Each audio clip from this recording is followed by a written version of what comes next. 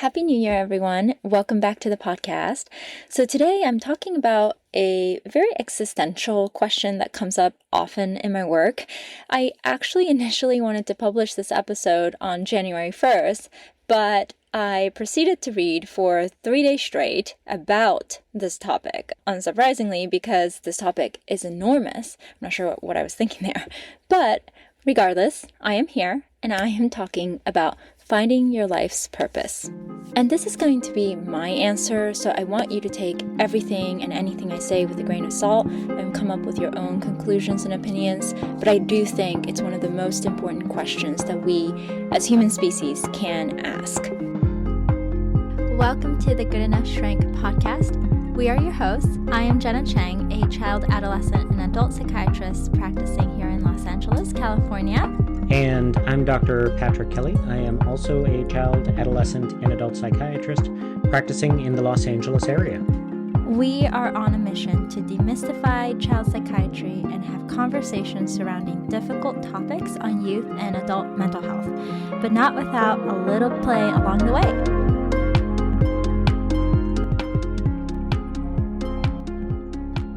So first of all, why is this question so important? Well, a meta-analysis in 2023 concluded that a greater purpose in life was associated with lower levels of depression and anxiety, and another large prospective cohort study showed that people with higher sense of purpose have better physical health outcomes too. It reduces the risk of stroke, lung disease, cognitive impairment, and chronic illness. So if you're looking for overall health, not just mental, but also physical, this is clearly important. So what does having purpose in your life mean exactly? Well, it refers to the extent to which people see their lives as having meaning, direction, and goals. It's shaped by social factors, life circumstances, and of course, your values and personality. But it's deeper than that too. I want us to take a look at a validated psychological well-being scale. It's called the RIF Psychological Well-Being Scale. This scale is validated, meaning that people have researched it and studied it to make sure it measures what it's supposed to measure. So it has statements pertaining to a sense of purpose, and you rate the statements on a scale from strongly agree to strongly disagree. So for example, I live life one day at a time and don't really think about the future. This is reflecting mindfulness in your life. Another one, some people wander aimlessly through life, and I am not one of them. This is referring to agency or sense of control and active participation. My daily activities often seem trivial and unimportant to me. This refers to passivity or the lack of agency. And then I sometimes feel as if I've done all there is to do in life. This is referring to existentialism. And you can see that based on the scale, lacking a sense of purpose in your life doesn't only affect the obvious, which is your sense of identity, but also your ability to be mindful and have agency and be an active participant in your life. To put this into context, you might notice that if you feel like your life has no purpose or meaning, you zone out a lot, or you don't care about stuff anymore. Interestingly, Erik Erikson, who was a psychologist that famously came up with the psychosocial stages of development in the form of conflict, like trust versus mistrust as an infant, or industry versus inferiority as a teenager, this is assessing your competence, or intimacy versus isolation as an adult. Erikson made purpose the goal of preschoolers. He actually discussed the stage of initiative versus guilt for children ages 3 to 6. These are kids who are initiating an action, feeling proud when it works, and guilty when it doesn't. And according to Erikson, this is the first time children try to assert control by directing play. It is the beginning of building a sense of I who can lead and make a difference in the world that they navigate. So my inference from this is that when we lose purpose, we regress to being preschoolers, struggling to assert control over our lives. It doesn't sound too far off, does it? Especially when we start having tantrums and crying spells about how life sucks, right? So when we live our lives day in and day out, prepping for the week, following some sort of routine, completing required tasks, planning for future tasks, feeding ourselves, preparing for bed, going to bed, just to wake up and do it all over again, without a sense of control or direction or purpose, we start to wonder, what's the point? Why am I here? Why am I doing this? A lot of people answer this question with interpersonal relationships. You say, it's for my child, it's for my spouse, my parents, my friends. Others turn to spirituality or religion for the greater good, the divine, something bigger than me. And I think in the modern times, we also emphasize self-discovery, self-improvement, as evidenced by the massive proliferation of self-help books. I personally don't have an answer to this question, but what's more important to me is that you ask the question. You see, whenever you find yourself asking this question, it's a sign that you're deeply dissatisfied with some aspect of your life. You're feeling that your life is lacking something. And we think of lack as something bad. We need something and we don't have it. We're unfulfilled, especially in today's anxiety-filled, comparison-filled, fast-paced, digital world. Every insecurity we've ever had is magnified. Your friends have things that you don't have. Everyone's at the party and you're not. FOMO is truly the existential crisis of our generation. So, where does this question lead us? For me, it leads us, inevitably, to Viktor Frankl, who was an Austrian psychiatrist and neurologist that survived the Holocaust and wrote the book Man's Search for Meaning. In the book, he normalizes the agonizing pursuit of finding meaning in your life as a central part of the human experience. He calls it existential frustration, which is by no means pathological or pathogenic. It's not a sign of disease, nor does it cause disease. Even if we might think that someone who's struggling with their life's purpose and meaning is kind of weird and depressed. As an example, Frankl brings up the Sunday neurosis, essentially our Sunday blues. That kind of, quote, depression which afflicts people who become aware of the lack of content in their lives when the rush of the busy week is over and the void within themselves becomes manifest. So what do we do with this? He says that you must understand the existential vacuum that you're in by relentlessly asking yourself the why. Why am I feeling purposeless? Why is my job meaningless? Why is my role in my family meaningless? Why is having money meaningless? What do I value? Is it individuality, freedom, mastery, altruism, relationships, spirituality, changing the world and leaving a legacy? Why do I value them? Does it have to do with my childhood? Oh God, it always has to do with my childhood. Frankl believed that the role of the therapist is to help unpack these deeper meanings without judgment of any kind. It's not teaching people the content of meaning in life, but the act of exploration of that meaning. This is what he called logotherapy. A key point that he makes is that a certain degree of tension, the tension between what one has already achieved and what one still ought to accomplish, must be maintained. He actually considered it dangerous to push for an equilibrium of what you are and what you want to become. This equilibrium is actually brought up often in biology. We call it homeostasis. It's when the body finds a balance and keep operations working. However, he believed that the tensionless state of homeostasis psychologically will strip us from striving towards a worthwhile, freely chosen goal. He emphasized that therapists have to keep pushing people towards addressing this existential question of meaning and purpose in your life to continuously maintain this tension that's vital to survival. Now, Frankl was a very philosophical guy. He quotes Nietzsche saying, "He who has a why to live for can bear almost any how." He also references Schopenhauer, who said mankind was going to vacillate eternally between two extremes of distress and boredom, and that automation and technology will give us free time that we have no idea what to do with. And whereas we used to be driven by primitive survival instinct, as survival becomes easier and easier, we are going to lack a purpose and drive, and we'll start looking to others for meaning, hence creating conformity in a society that's devoid of individual uniqueness. So for Frankl, logotherapy is a way to bring back that beauty of diversity and tension in our world. And I understand modern psychiatry isn't as open to concepts like these because it's hard to prove its effectiveness through scientific studies. It's just too abstract and subjective. Although, if you ask me, everything is subjective and based on a probability. So that's another discussion. But Frankl was by no means strictly abstract or esoteric. He actually stated in his book, quote, "One should not search for an abstract meaning of life," end quote. Everyone is different, and everyone needs to find a specific vocation or purpose to fulfill. The more specific, the better. So, a quick side story. I remember in high school, I had a political science teacher that I didn't particularly like, but he made it clear to us that his life's purpose was to help elderly people have the agency to live in their homes for as long as humanely possible. He had seen his own mother's agency and property being taken away by the state due to her worsening dementia, and he was determined to change that. I remember thinking that this was awfully specific and random to be telling a group of teenagers, but now I think about it, he had every right to do so. These are the things that bring people purpose and a life worth living. But also, it's important to recognize that your meaning and purpose may change throughout your life.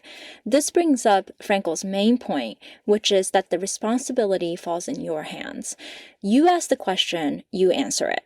He references back some of Nietzsche's philosophy of not pitying yourself and striving for growth and strength. He also brings up Dostoevsky's idea of overthinking leading to paralysis, and in the pursuit of finding meaning, using love as a vessel and loving through fully self-aware and intentional sacrifice. That was kind of the big idea from Dostoevsky.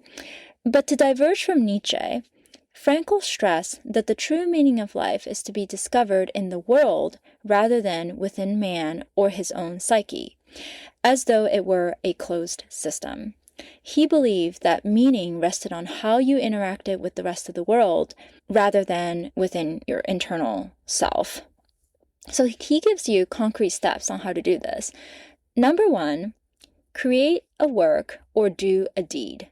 So just start actively participating in something. Number 2, experience something or encounter someone.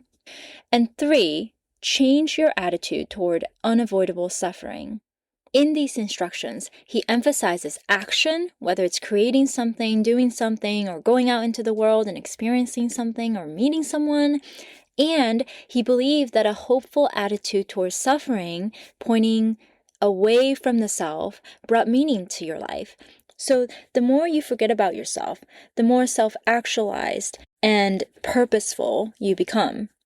Now, I want to switch gears a little bit and address an aspect of meaning making that's not often talked about in depth, and that is the idea of love, of all forms: romantic love, parental love, familial love, brotherly, sisterly love.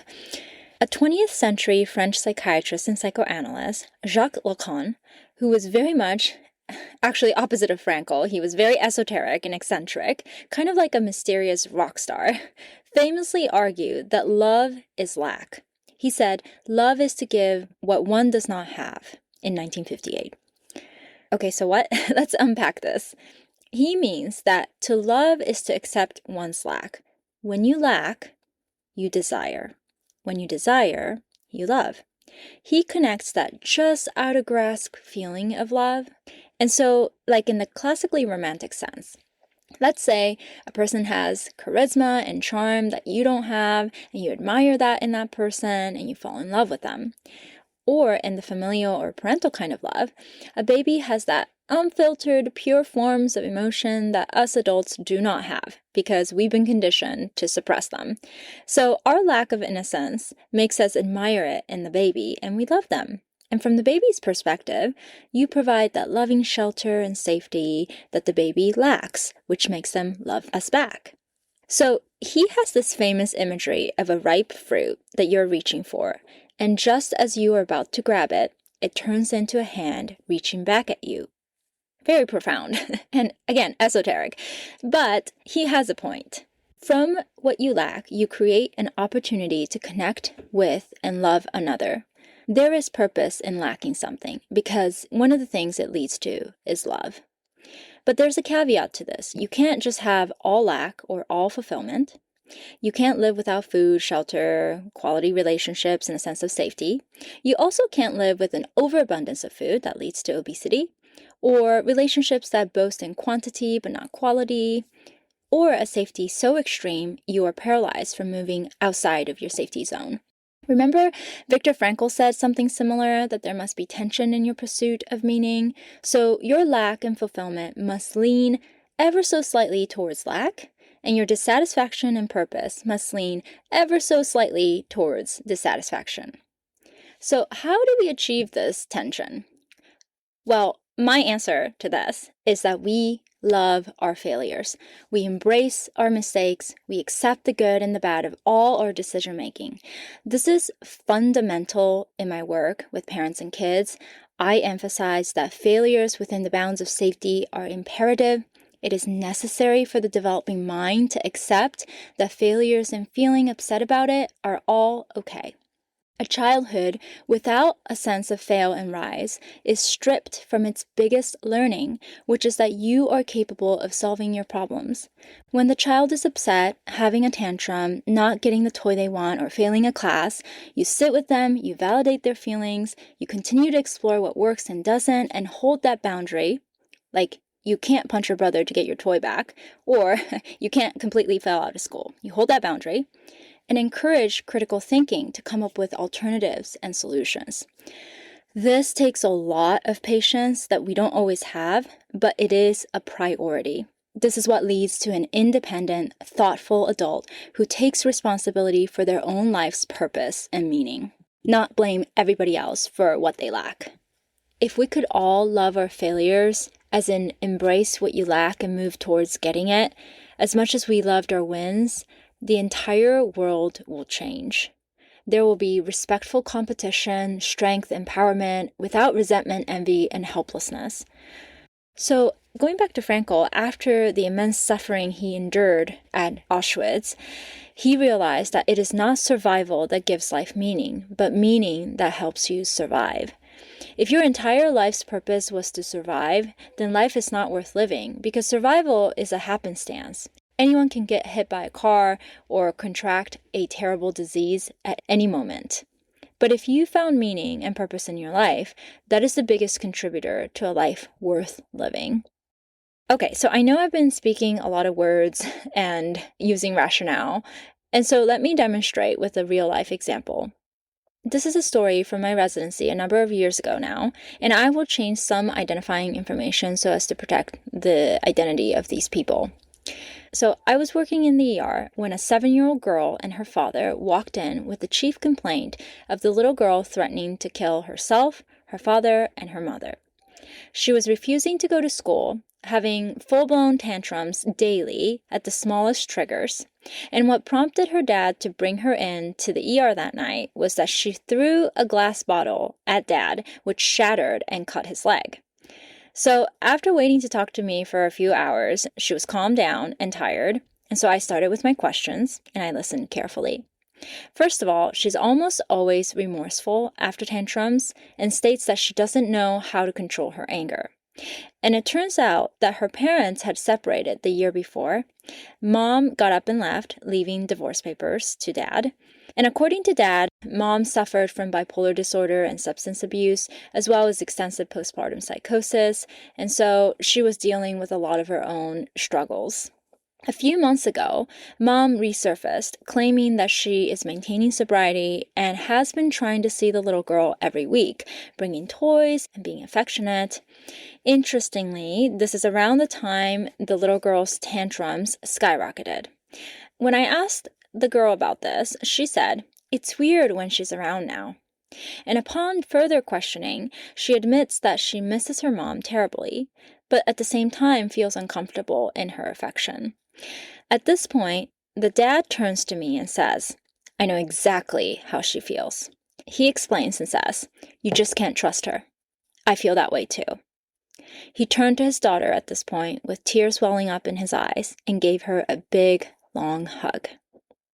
The little girl was facing parental separation, change in home environment, loss and abandonment from her mother who suffers from a serious illness, and having feelings that were way too complicated for a 7-year-old to understand. When voiced, even in her childish way, describing it as weird, her dad understood immediately what she meant in the context of the conversation. Now, the dad clarifies the concept of mistrust for the child and normalizes it. Together, we actually talk about how healthy it is to be cautious about her mother's commitment. This prevents the child from her own make-believes about, something must be wrong with me, for my mother to leave me, which is the narrative that often plagues children with absent parents. And for Dad, he was able to understand his inner turmoil, his sense of betrayal, brought forth by his child's innocent claims of discomfort. Then we talked about slowly reintroducing Mom, planning when and where she would see her, and always having an exit strategy. The little girl eventually said, "I was just confused and angry, Dad." The daughter and father develop a deep sense of repair, bonding, and love in this moment, something that includes both pain and joy, confusion and understanding, a dissatisfaction and lack leading to something meaningful. The lack in the situation, the lack of trust, the lack of her mother's presence, leads to a love of her father who understands exactly that lack. This is why we love our failures. The little girl's father's marriage failed, but here's a level of understanding and bonding that he would have never experienced if it weren't for the divorce. Failures do not define you. They define the way you rise. It makes you responsible, holds you accountable, and brings back your strength. And I'm not talking about blind optimism. I'm actually talking about courageously facing your failures, analyzing it and trying to understand what happened, not bearing it away under a cloud of shame, and then choosing to be optimistic and hopeful despite your failures and misfortunes. So, how do we deal with this existential question of what is my purpose? Start experiencing life. Try something new. Do something different. Just start moving. Think thoroughly when thoughts come to you and feel deeply when emotions come to you. And have an attitude about life that's open-minded and forward. Put yourself out there. Take the risk. Find out what you lack and go get it. Fail. Love your failures. Go back to the drawing board and do it all over again. Keep that tension. You want a purpose? Start looking for it. Okay, that is all I have for today. I hope this was meaningful and helpful for you at the start of this new year. It might help to know that I have recorded this episode 3.5 times, and now I'm finally happy with the result, and it has brought me a lot of meaning. If you have any questions, thoughts, feelings that you'd want to share, I would love to hear it. Please leave us a message or a comment. Thank you so much, and we will see you next time.